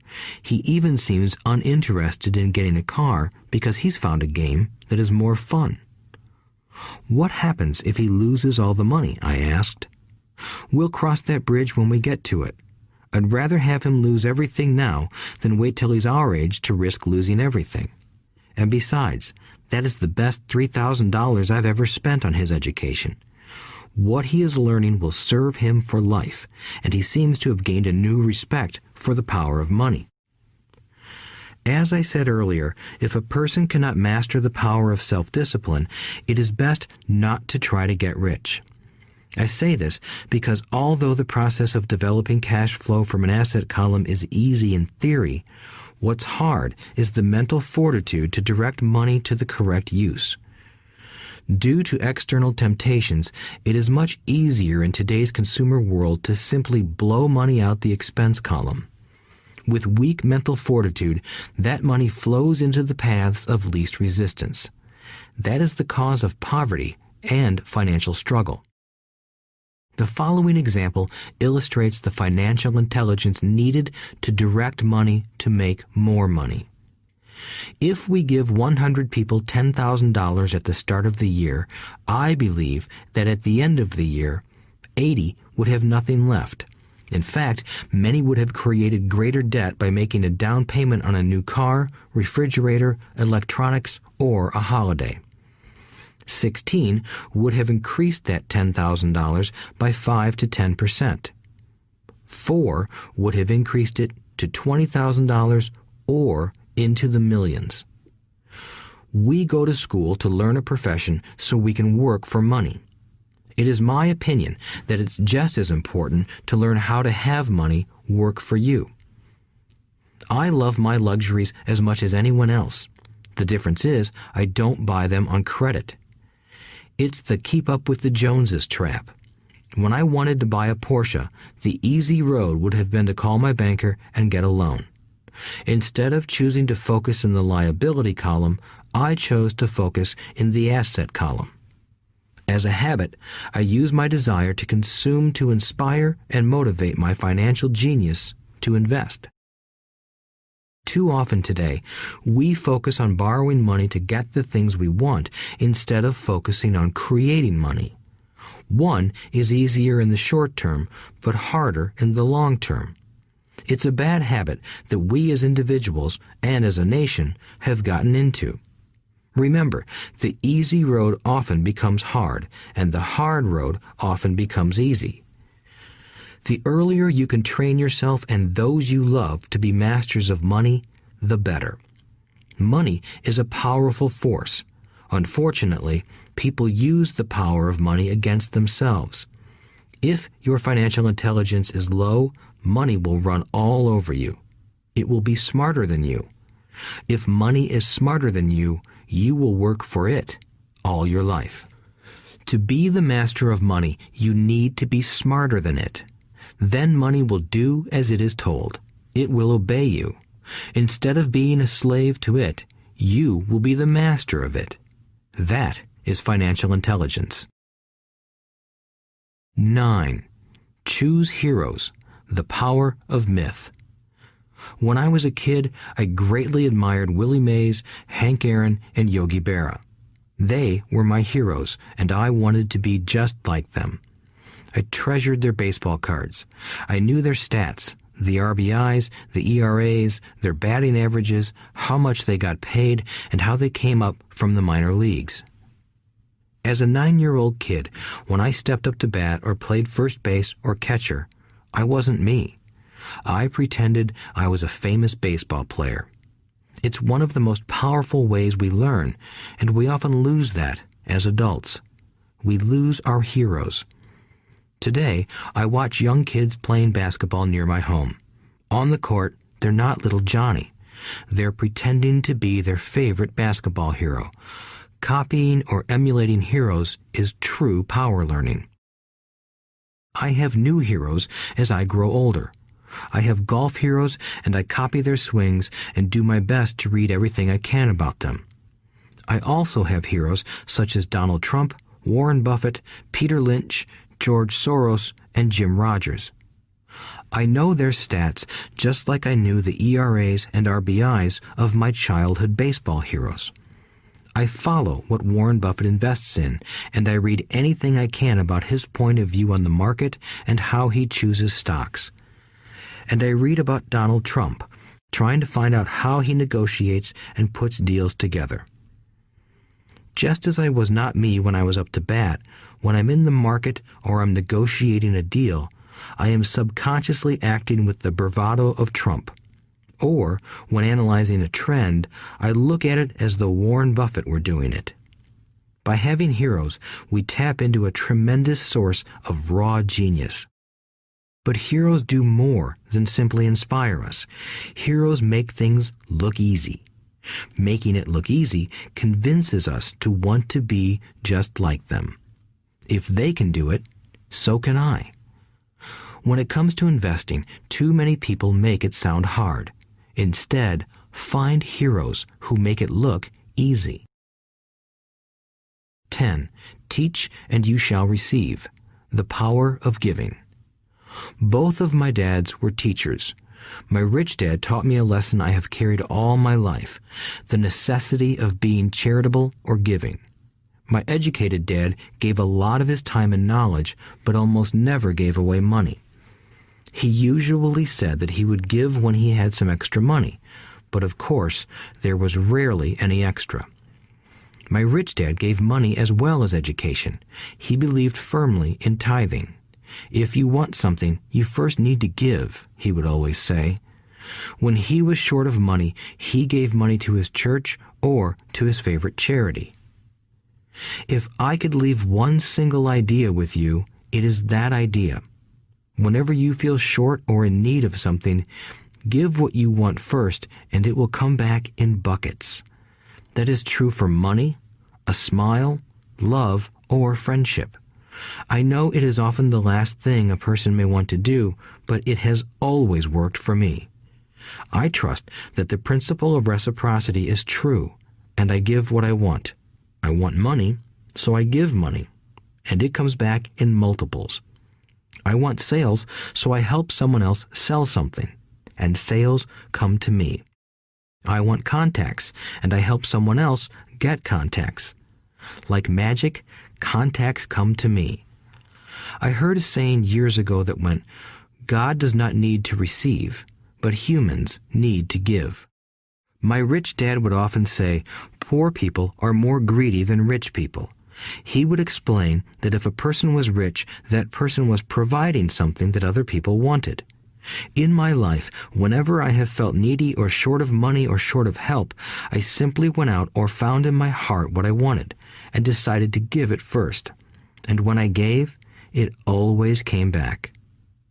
It reminds me of the story of the guy sitting with firewood in his arms on a cold, freezing night. He is yelling at the pot-bellied stove, When you give me some heat, then I'll put some wood in you. And when it comes to money, love, happiness, sales, and contacts, all one needs to remember is to give first.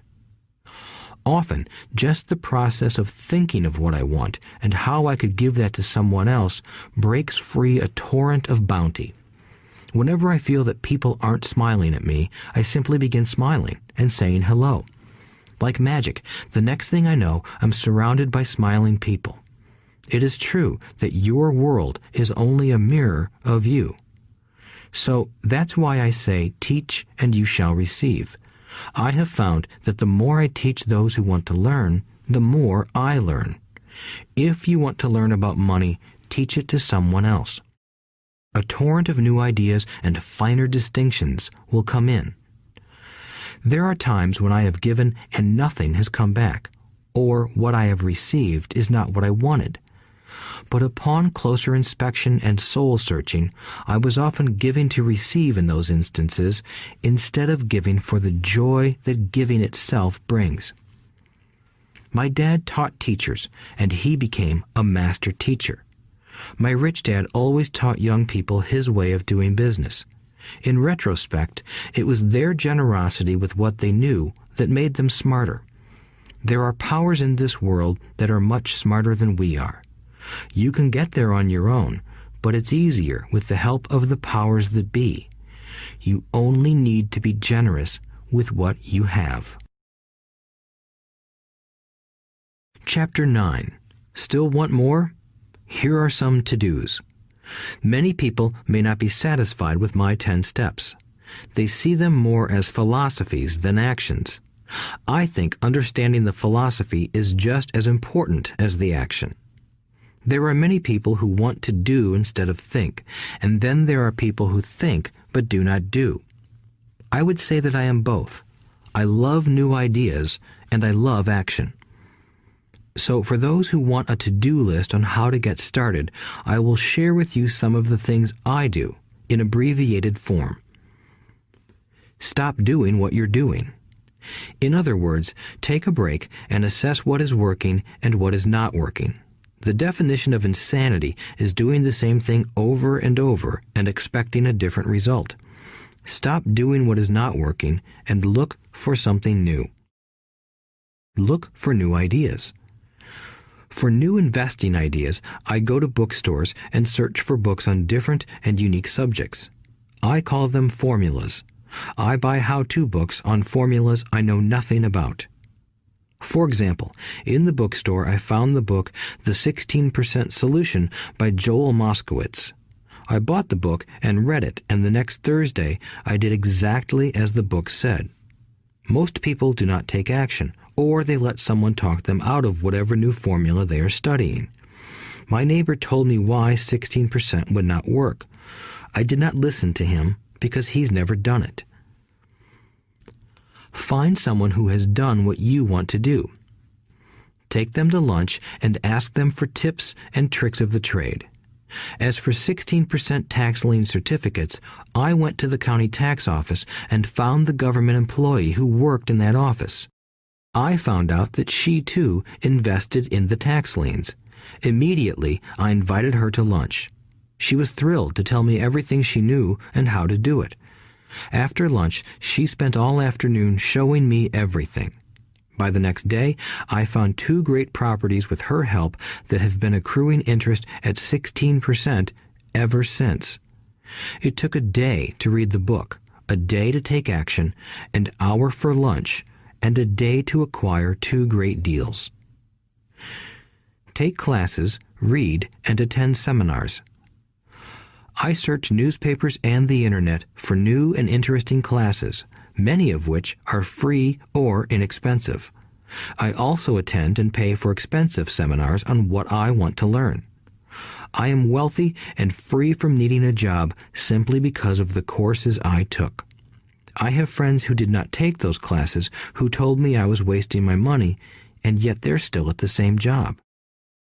Make lots of offers.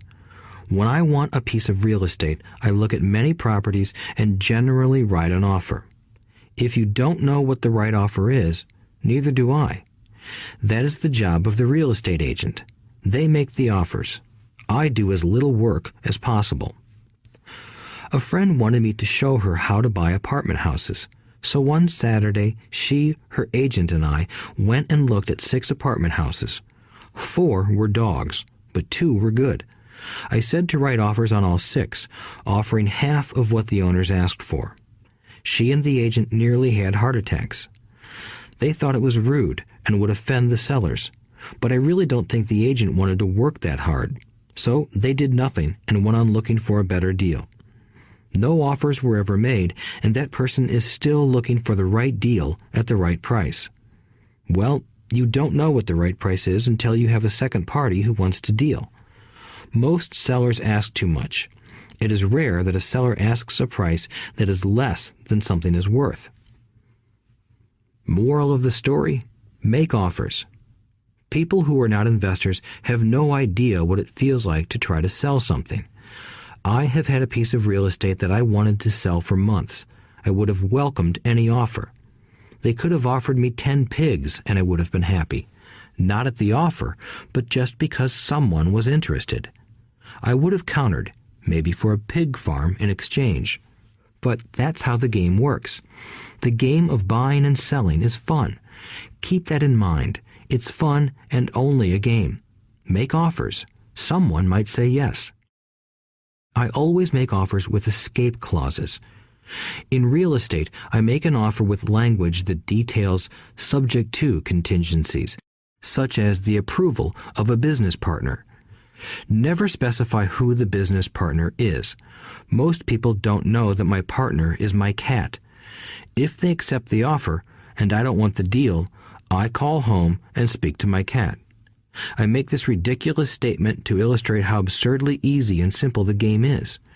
So many people make things too difficult and take it too seriously. Finding a good deal, the right business, the right people, the right investors, or whatever is just like dating. You must go to the market and talk to a lot of people, make a lot of offers, counter-offers, negotiate, reject, and accept. I know single people who sit at home and wait for the phone to ring, but it's better to go to the market, even if it's only the supermarket. Search, offer, reject, negotiate, and accept are all parts of the process of almost everything in life. Jog, walk, or drive a certain area once a month for 10 minutes. I have found some of my best real estate investments doing this. I will jog a certain neighborhood for a year and look for change. For there to be profit in a deal, there must be 2 elements, a bargain and change. There are lots of bargains, but it's change that turns a bargain into a profitable opportunity. So when I jog a neighborhood I might like to invest in. It is the repetition that causes me to notice slight differences. I notice real estate signs that are up for a long time. That means the seller might be more agreeable to deal. I watch for moving trucks going in or out. I stop and talk to the drivers. I talk to the postal carriers. It's amazing how much information they acquire about an area. I find a bad area, especially an area that the news has scared everyone away from. I drive it for sometimes a year, waiting for signs of something changing for the better. I talk to retailers, especially new ones, and find out why they're moving in. It takes only a few minutes a month, and I do it while doing something else, like exercising or going to and from the store. Shop for bargains in all markets. Consumers will always be poor. When the supermarket has a sale, say on toilet paper, the consumer runs in and stocks up. But when the housing or stock market has a sale, most often called a crash or correction, the same consumer often runs away from it. When the supermarket raises its prices, the consumer shops somewhere else. But when housing or the stock market raises their prices, the same consumer often rushes in and starts buying. Always remember, profits are made in the buying, not in the selling. Look in the right places. A neighbor bought a condominium for $100,000. I bought the identical condo next door for $50,000. He told me he's waiting for the price to go up. I told him that profit is made when you buy, not when you sell. He shopped with a real estate broker who owns no property of her own. I shopped at the foreclosure auction. I paid $500 for a class on how to do this. My neighbor thought that the $500 for a real estate investment class was too expensive. He said he could not afford the money or the time. So he waits for the prices to go up. Look for people who want to buy first, then look for someone who wants to sell. A friend was looking for a certain piece of land. He had the money, but did not have the time. I found a large piece of land, larger than what my friend wanted to buy, tied it up with an option, called my friend, and he said he wanted a piece of it. So I sold the piece to him and then bought the land. I kept the remaining land as mine for free. Moral of the story: buy the pie and cut it in pieces. Most people look for what they can afford, so they look too small. They buy only a piece of the pie, so they end up paying more for less. Small thinkers don't get the big breaks. If you want to get richer, think big. Think big. Retailers love giving volume discounts simply because most business people love big spenders. So even if you're small, you can always think big. When my company was in the market for computers, I called several friends and asked them if they were ready to buy also. We then went to different dealers and negotiated a great deal because we wanted to buy so many. I have done the same with stocks. Small people remain small because they think small, act alone, or don't act at all. Learn from history. All the big companies on the stock exchange started out as small companies. Colonel Sanders did not get rich until after he lost everything in his 60s. Bill Gates was one of the richest men in the world before he was 30. Action always beats inaction. These are just a few of the things I have done and continue to do to recognize opportunities. The important words are have done and do. As repeated many times throughout this audiobook, you must take action before you can receive the financial rewards. Act now. Final thoughts. I would like to share some final thoughts with you. The main reason I wrote this book, and the reason it has remained a bestseller since 2000, was to share insights into how increased financial intelligence can be used to solve many of life's common problems. Without financial training, we all too often use the standard formulas to get through life.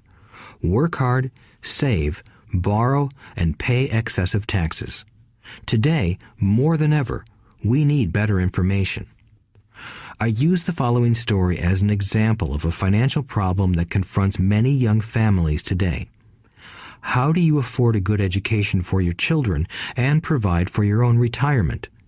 It requires using financial intelligence instead of hard work. A friend of mine was griping one day about how hard it was to save money for his 4 children's college educations.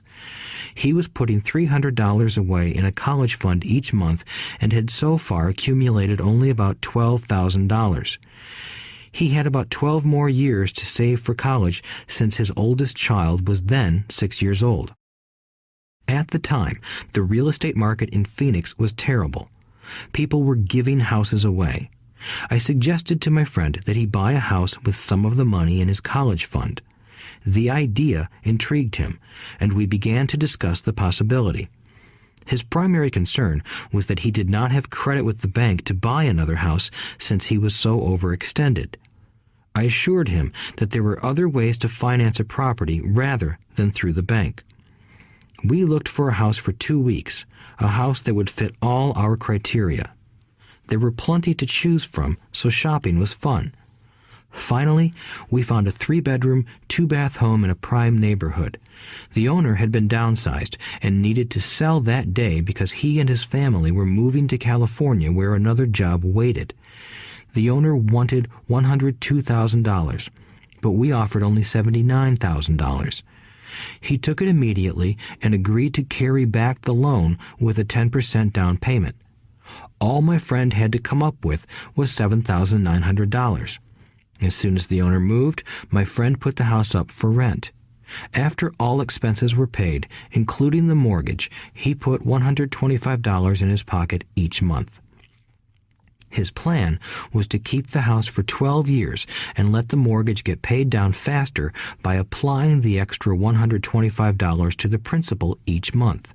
We figured that in 12 years, a large portion of the mortgage would be paid off and he could possibly be clearing $800 a month by the time his first child went to college. He could also sell the house if it had appreciated in value. 3 years later, the real estate market greatly improved in Phoenix, and he was offered $156,000 for the same house by the tenant who lived in it. Again, he asked me what I thought. I advised that he sell it, using a 1031 tax-deferred exchange. Suddenly, he had nearly $80,000 to operate with. I called another friend in Austin, Texas, who then moved this tax-deferred capital gain into a mini storage facility. Within 3 months, he began receiving checks for a little less than $1,000 a month, which he then poured back into the college fund. A couple of years later, the mini warehouse sold, and he received a check for nearly $330,000 as proceeds from the sale. He rolled those funds into a new project that would now generate over $3,000 a month in income, again going into the college fund. He is now very confident that his goal will be met easily. It only took $7,900 to start and a little financial intelligence. His children will be able to afford the education they want, and he will then use the underlying asset, wrapped in his legal entity, to pay for his retirement. As a result of this successful investment strategy, he will be able to retire early. Thank you for listening to this audiobook. I hope it has provided some insights into utilizing the power of money to work for you. Today, we need greater financial intelligence to simply survive. The idea that it takes money to make money is the thinking of financially unsophisticated people. It does not mean that they're not intelligent. They have simply not learned the science of making money. Money is only an idea. If you want more money, simply change your thinking. Every self-made person started small with an idea and then turned it into something big. The same applies to investing. It takes only a few dollars to start and grow it into something big. I meet so many people who spend their lives chasing the big deal or trying to amass a lot of money to get into a big deal. But to me, that is foolish.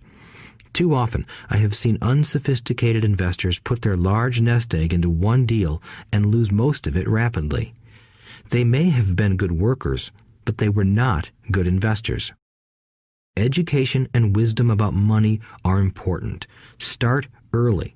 Buy a book. Go to a seminar. Practice. Start small.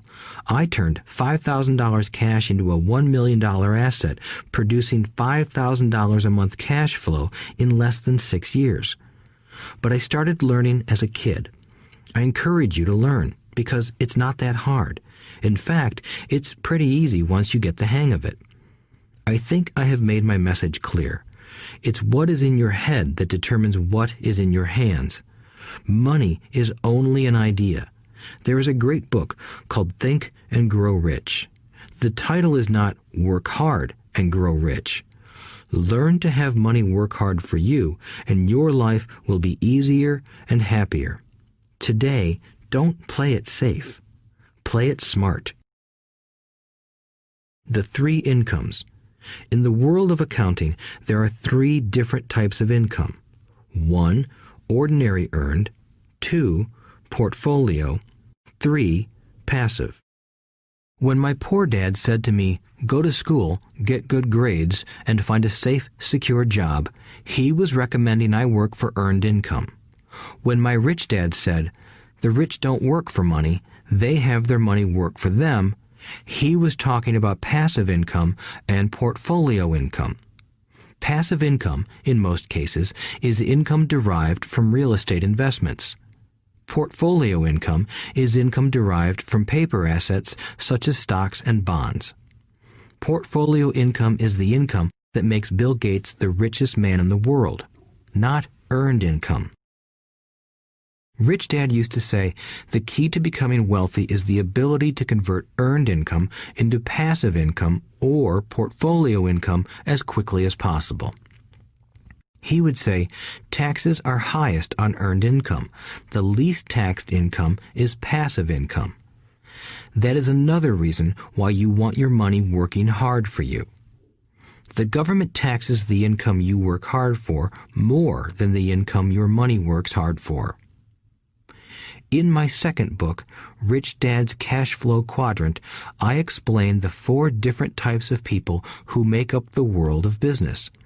They are E, employee, S, self-employed, B, business owner, and I, investor. Most people go to school to learn to be an E or an S. The cash flow quadrant is written about the core differences of these 4 types and how people can change their quadrant. In fact, most of our products are created for people in the B and I quadrants. In Rich Dad's Guide to Investing, book number 3 in the Rich Dad series, I go into more detail on the importance of converting earned income into passive and portfolio income. Rich Dad used to say, all a real investor does is convert earned income into passive and portfolio income. If you know what you're doing, investing is not risky. It's just common sense. The key to financial freedom. The key to financial freedom and great wealth is a person's ability to convert earned income into passive and/or portfolio income. My Rich Dad spent a lot of time teaching Mike and me this skill.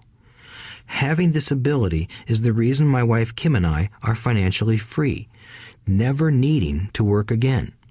We continue to work because we choose to. Today, we own a real estate investment company for passive income and participate in private placements and initial public offerings of stock for portfolio income. We also went back to work to build a financial education company so that we can continue to create and publish books and games. All of our educational products are created to teach the same skills my Rich Dad taught me, the skills of converting earned income into passive and portfolio income. The games we create are important because they teach what books cannot teach. For example, you would never learn to ride a bicycle by only reading a book. Our cash flow games for adults and cash flow for kids game are designed to teach players the basic investment skills of converting earned income into passive and portfolio income. They also teach the principles of accounting and financial literacy. These games are the only educational products in the world that teach people all of these skills simultaneously.